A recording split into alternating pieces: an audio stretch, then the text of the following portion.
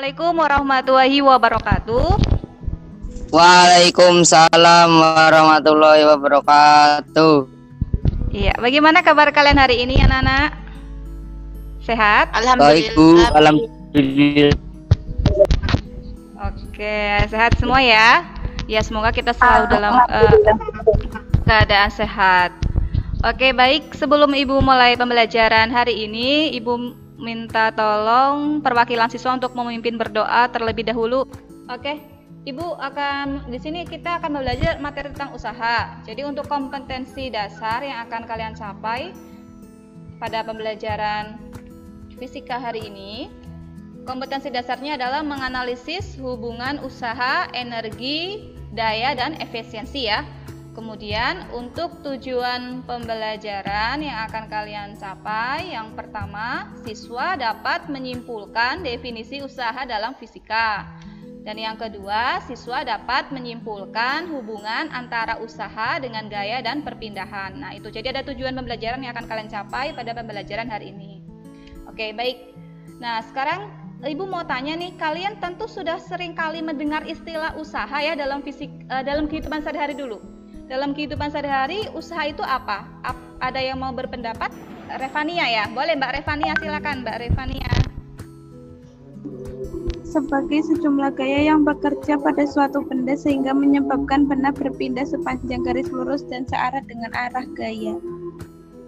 Oke, itu sepertinya dapat dari buku ya, modul ya? Wah, berarti Revania sudah baca modul terlebih dahulu ya?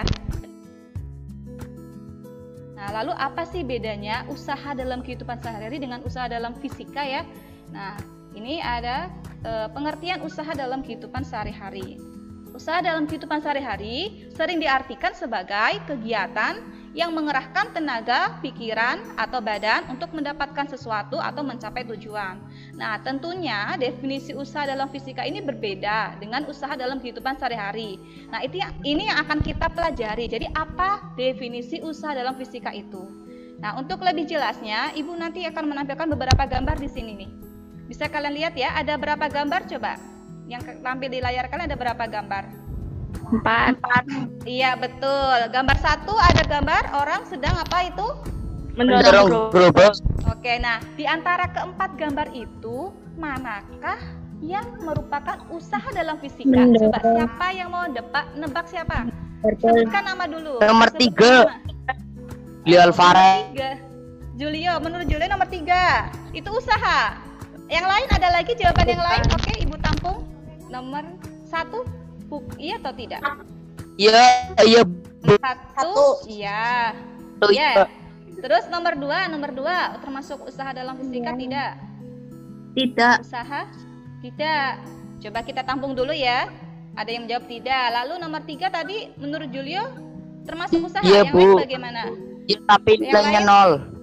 Nilainya 0. Oke, kita tampung dulu ya. Oke, untuk bisa mendapatkan penjelasan dari jawaban-jawaban kalian tadi ya, nanti Ibu tampung, akan Ibu konfirmasi nanti di akhir. Nah, jadi kalian setelah ini akan Ibu tampilkan video penjelasan materi tentang usaha. Nanti silakan. Apa itu usaha dalam fisika? Mari kita pelajari bersama.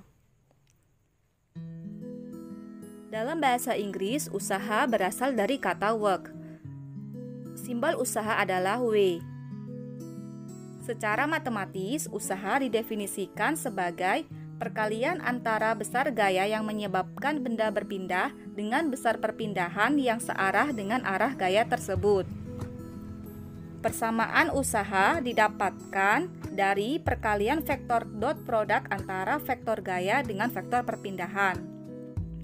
Sehingga didapatkan rumus besar usaha W sama dengan F kali S.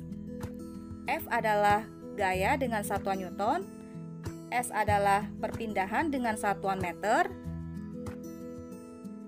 dan W adalah usaha dengan satuan joule.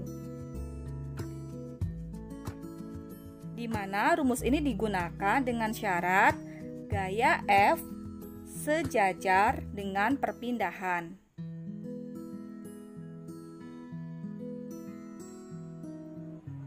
Lihat tayangan berikut ini.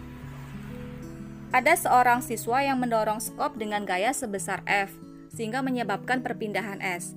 ini merupakan contoh penerapan usaha dalam fisika.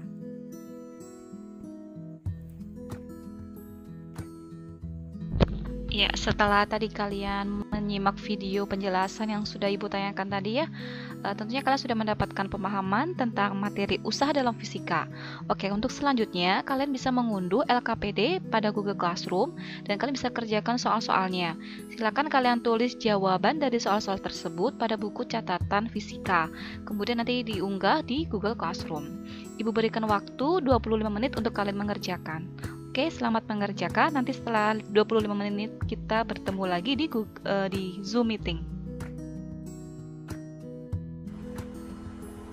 Julio, mau mempresentasikan Mas Julio? Sepertinya sudah dikirim, tadi Ibu lihat di GCR sudah dikirim. Boleh, silakan. Pertanyaannya dibacakan dulu, lalu nanti jawabannya, begitu ya Mas Julio ya? Paham ya? Ya, Bu. Oke, silakan Mas Julio. Perhatikan gambar 1 dan gambar 2. Apakah kegiatan yang dilakukan pada kedua gambar tersebut termasuk usaha dalam fisika? Jelaskan. Ya, jawabannya apa Mas? Gambar 1 dan 2 ya. Ini gambarnya. Ya. Iya, Bu. Ya. Termasuk usaha karena menyebabkan pergerakan atau perpindahan suatu objek dalam kurung benda. Iya, betul. Iya, silakan Mbak Alia, nggak apa-apa. Presentasi jawaban nomor selanjutnya nomor 5 ya. Silakan nomor 5. Dibacakan soalnya, Bu. Iya, dibaca soalnya terus jawabannya. Di antara gambar di atas, gambar manakah yang menunjukkan usaha yang lebih besar? Jelaskan hubungan gaya dengan usaha. Gambar 5. Karena semakin besar gaya dan jarak yang ditempuh, maka semakin besar pula usahanya. Nah, ini sudah sesuai. Berarti kan ini nomor 5, gambar nomor 5 ini kan gaya yang dikerahkan terhadap mobil ada banyak.